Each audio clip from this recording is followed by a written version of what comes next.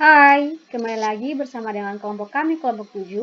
Nah, di sini kita akan sama-sama belajar tentang bagaimana sih terbentuknya tetes hujan dari gumpalan awan. Yuk kita belajar ditinjau menggunakan prinsip kontinuitas.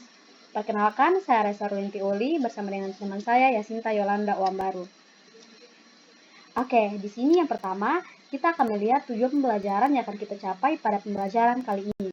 Nah, yang pertama ada memahami prinsip kontinuitas. Nah, menjelaskan konsep persamaan kontinuitas berdasarkan persamaan A1V1 sama dengan A2V2 pada fluida. Yang kedua, proses pembentukan awan. Nah, mendeskripsikan proses kondensasi uap air menjadi gumpalan awan. Yang ketiga ada mekanisme tetes hujan. Ya, menganalisis bagaimana tetes air terbentuk dari awan menggunakan prinsip fisika. Dan yang terakhir, aplikasi fisika nyata, di mana kita menghubungkan fenomena alam dengan konsep fisika fluida. Nah, di sini adalah prinsip kontinuitas. Nah, prinsip kontinuitas sendiri dapat kita tuliskan berdasarkan atau dapat kita ketahui bersama berdasarkan persamaan A1V1 sama dengan A2V2. Nah, hasilnya adalah konstan. Nah, konsep ini membantu kita melihat keterkaitan atau konsep ini berlaku untuk fluida incompressible atau tidak termampatkan. Nah, di sini ada keterangannya. A merupakan luas penampang dengan satuan meter kuadrat dan V dengan kecepatan aliran dengan satuan meter per second. Nah, kita akan masuk pada proses pembentukan awan. Yang pertama itu ada proses evaporasi. Nah, proses evaporasi di sini air di permukaan bumi menguap akibat panas matahari yang membentuk uap air atau H2O dalam fase gas. Yang kedua adalah konveksi udara. Udara hangat dan lembab naik ke atmosfer membawa uap air atau kecepatan udara bertambah di ketinggian. Yang ketiga adalah kondensasi. Nah, di ketinggian tertentu, suhu menurun dan uap air mengembun membentuk butiran air sangat kecil.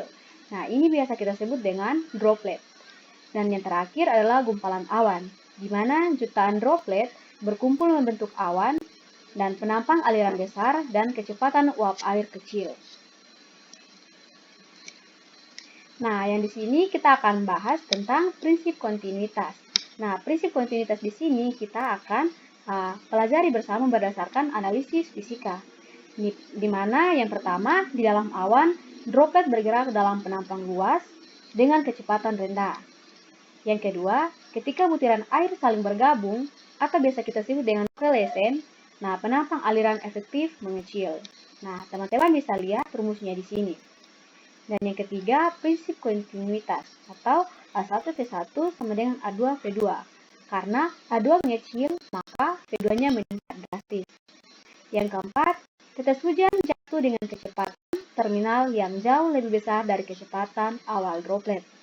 Dan yang terakhir, debit massa Q sama dengan AV tetap konstan, maka hukum kekalan massa terpenuhi. Nah, di sini teman-teman, yuk kita sama-sama melihat faktor-faktor pembentukan tetes hujan. Nah, ini adalah beberapa poin atau beberapa faktor yang mempengaruhi terbentuknya tetes hujan. Yang pertama ada suhu udara. Penurunan suhu di ketinggian membentuk kondensasi uap air menjadi droplet. Yang kedua, updraft udara. Aliran udara ke atas membawa droplet kecil agar tetap melayang di awan. Yang ketiga adalah kelembapan. Udara yang jenuh uap air memudahkan pembentukan awan. Yang keempat, coalescence atau tubukan antar droplet menyebabkan penggabungan butiran makin besar, maka A2-nya atau luas penampang keduanya mengecil.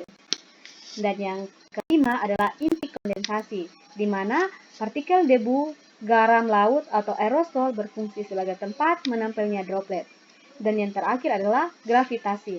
Setelah cukup berat, gravitasi mengalahkan updraft, maka tetes hujan jatuh ke permukaan.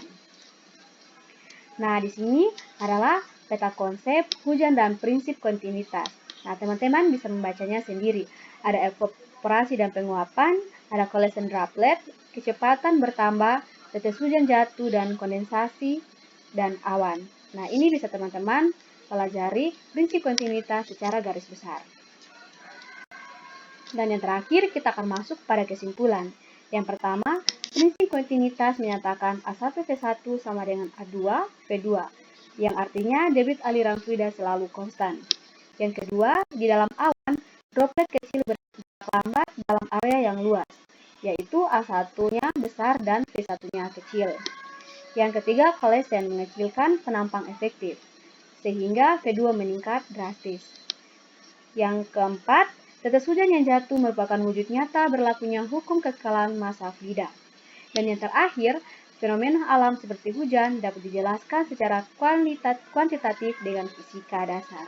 Nah, teman-teman, ini adalah pembelajaran kita hari ini tentang fenomena proses terbentuknya tetes hujan dari gumpalan awan ditinjau menggunakan prinsip kontinuitas. Terima kasih.